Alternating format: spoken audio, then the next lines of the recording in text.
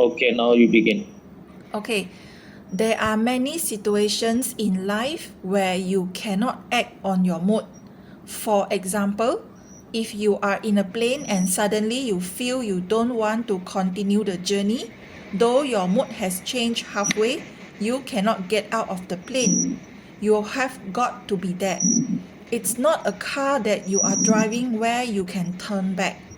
Even for the car, you have to find the exit where you can turn back.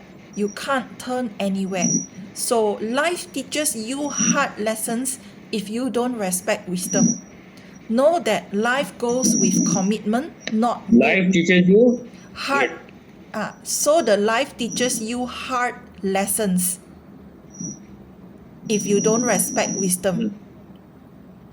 If you No don't respect. wisdom. If you don't respect wisdom. Mhm. Know that life goes Mm. with commitment, not moods. Moods are very unstable. They come, they change. But commitment and wisdom always bring the best results. Yeah, that's all for me.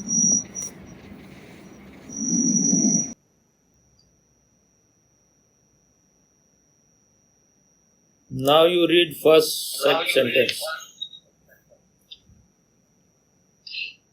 There are many situations in life where you cannot act on your mood. And the second sentence. Second sentence is, for example, if you are in a plane and suddenly you feel you don't want to continue the journey, though your mood has changed halfway, you cannot get out of the plane. Okay. And again read the first sentence. Okay, there are many situations in life where you cannot act on your mood. Now what he's trying to say is that your mood is a shallow thing. It goes on changing. It is not your soul. It is not your integration. It is not your consciousness. So those people who are dependent on their mood to act, they will remain shallow. They cannot grow. They cannot grow in consciousness. So only when you are dealing with normal worldly thing, you can follow the mood sometimes. But if you want to be conscious, if you want to grow, you cannot depend on your mood. What is the second sentence? Second sentence is, for example, if you are in a plane and suddenly you feel you don't want to continue the journey, though your mood has changed halfway, you cannot get out of the plane. He is just trying to give you examples that there are situations where you cannot follow your mood. And he gave the example, suppose you are in a plane. First you had the mood to be on the plane. Now halfway the mood has changed. But even if the mood has changed, you cannot get out of it. So the thing is that once you have committed to something, if you are a wise person, if you are an intelligent person, and if you have committed with intelligence, with your open eyes, with consciousness, then you will follow that commitment. If you are following the mood, that means you are following something which is lower within you, which is in constant flux, which goes on changing like mercury. And if you follow something which goes on changing within you, you can never reach to something which remains unchanging. So if you have committed to something, once you have decided that I will do this thing, I have to follow this path, then you have to go the whole way. Once you have started digging in the earth to get the water, And halfway, if your mood changes and you say, no, I don't want to, I will dig at some other place. I'm not enjoying this digging here. And then after some time, again, your mood change, you start doing something else. Then you will never reach to the water. If you want to reach to something, you have to go till the very end. Otherwise, the result will never come. You have sowed seed in the ground, and after 2-3 days you have taken it out because you have not found anything is coming out. Then nothing will ever come out. You have to give time. The bigger the tree you want, the more time you will have to give. So once you have committed to something, and only an integrated person can commit. If you are divided within you, if you are schizophrenic, if there are too many people living within you, then you will be following your mood. Then you will be following your thinking. So these things goes on changing. These are waves in the ocean. If you want to reach to the ocean, don't follow the wave. Don't follow the bubble. Otherwise you will become yourself a soap bubble. If you want to reach to the depth of the ocean, you have to enter inside. Whatever the consequence, once you have committed to something, go to the very end. If you stop halfway, or if you start following the other path halfway, you will not reach anywhere. It is like jack of all trade, masters none. If you want to be a master of something, you have to be totally dedicated, 100% committed to something. When you are committed to something, then the fruit will come one day, but it will come in the right time. So if you have started meditating, if you want to know the truth, the result will come at the right time. You cannot haste things. If you have planted a mango tree and the fruit has come out, and you want to eat it quickly, and you have used what are the things they are using, carbide and things like that to give more heat to it so that it ripens easily. But then the taste will not be so good. It will be bitter and it will destroy your health. So if commitment means patience, if you are impatient, then you are always following your mood. And he gave the other example, even if you are traveling on a car, then maybe you can get out. But even on the car, if the lane is like straight and it is not divided, then you cannot turn anywhere. You have to wait for the place from where you can turn. You cannot, even in car, you cannot turn anywhere. So, the greater the thing you are desiring, the more commitment is needed. And who can commit? Only a person who is integrated within, who is not a slave to his mood or his thoughts.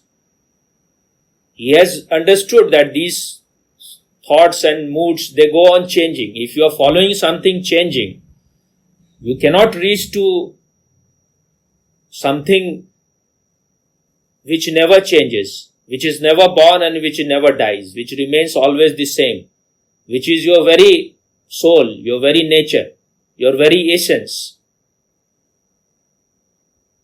So when you want to reach to your very center, you have to be committed. You cannot, if you are following your mood, you can never reach to your very center. What is the next line? You have got to be there. It's is not a car that you are it's not a car that you are driving where you can turn back.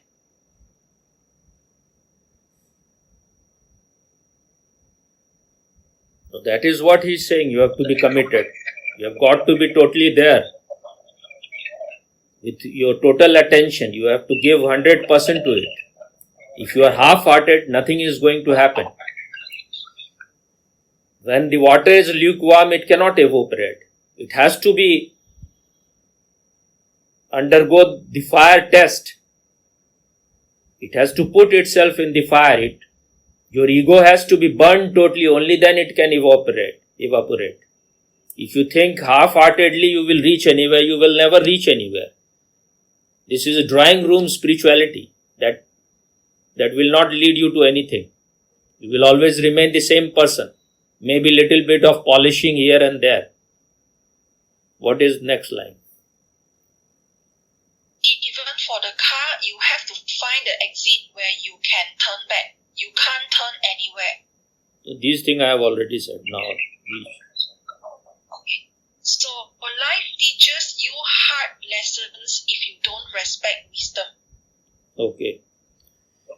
If you are not following the highest within you, your very consciousness, your very center, your very essence, then the only other way remains that you will learn something only by hard lessons which life will teach you. You will fall many times, you will suffer many times, you will have lot of suffering in your life. If you are a blind person, if you are following all the time your desires, your lower desires, your instinct, your lust, your greed, then you will fall many times and you will suffer many times. You will break your legs. You will have all the suffering. You will have to go through hell. Only then, if little bit of intelligence remains within you, you may learn something. For that also, you need to be little alert. Otherwise, it may become a habit, an addiction that you go on creating hell for yourself and you may think this is all life is.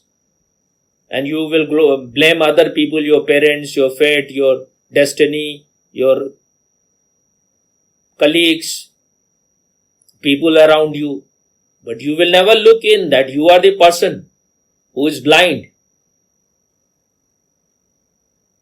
Other can take you to hell only when you are ready to go in that. One day you have to decide that you have to take the reign of your life in your own hand. If you can see that this way is leading to hell, who is forcing you to go? Other may be persuading you, but don't listen. What is the last line? Know that life goes with commitment, not modes. This is what he is saying. If you are following your moods, you are bound to fall in ditches.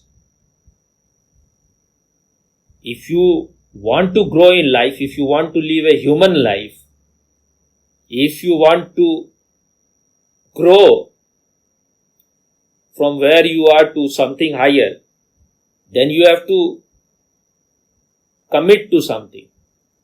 If you are following the mood, you will remain what you are, or you may fall even lower than that. So this commitment is a gamble. You have to decide something. Once you have decided something, whatever may come, whatever may the consequence may be, you will just go that way. There is no surety in life. There is no guarantee that you will reach to the end. You may fall midway. You may die midway. You may not have reached to the goal. But only a person who has become mature can commit. He has seen whatever he was doing till now is leading him nowhere. He is just moving in a circle, endless circle which leads nowhere. Then now you have to commit to something. Once you have committed, remain committed. Don't vacillate. Don't tremble. Read. Moods are very unstable. They come, they change. Now he's saying the nature of the mood. That moods are very unstable, which I have said so many times. It is not something which you can depend upon. They come and go. If you depend on something which goes on changing each moment, then your life will be just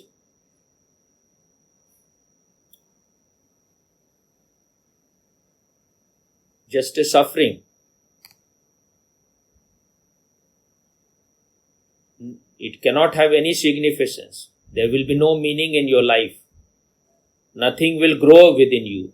You cannot become a flower that blossoms and then the contentment happens. Then the kind of satisfaction happens which cannot happen to a person who is following moods.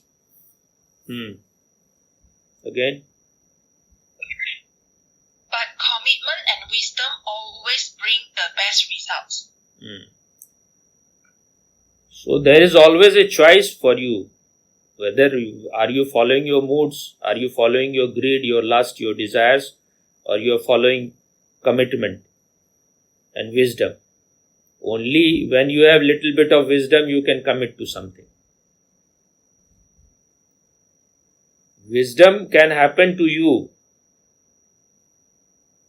when you are alert while you are experiencing something. If you are not alert, then you go on missing all the time whatever lesson life is trying to convey to you. Life is always giving some lessons. But if you are asleep, if you have kept your eyes closed, then you are not able to take any lesson. Then you are not learning anything. You remain the same person.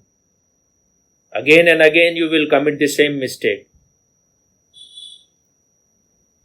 So only a person who has become wiser by experience can commit to something.